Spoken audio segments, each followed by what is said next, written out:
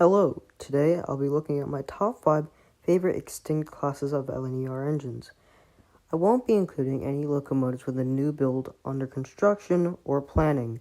Examples include the P2, the V4, the V3, the K3, the B17. Number 5 is the LNER P1. These locomotives were a very powerful duo and were built for freight work in 1925. Both designed by Nigel Gresley, I think a replica of this class would make a cool display in some museums. Number 4 is the O2. The O2 was another powerful freight locomotive built for the GNR starting in 1918. These 280s were a very cool sight across the rails of Britain. Designed by Nigel Gresley, this underrated pre-grouping loco would be a nice sight to see if rebuilt. Number 3 is the U1. The U1 Garrett locomotive was built in 1925. A grand total of 1 locomotive was built. It was designed by Nigel Gresley and it was withdrawn and scrapped in 1955. It was tried on the Lickey Incline in 1949. It was renumbered 2395, then 9999, then 69999. A replica would be difficult to build, however, I can totally understand it being achievable.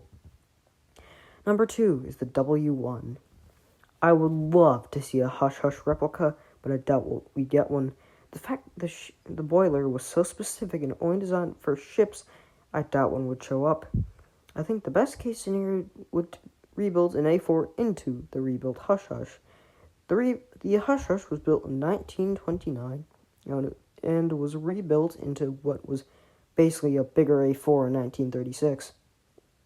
A special marine boiler found on ships was used for this locomotive and could produce 450 psi.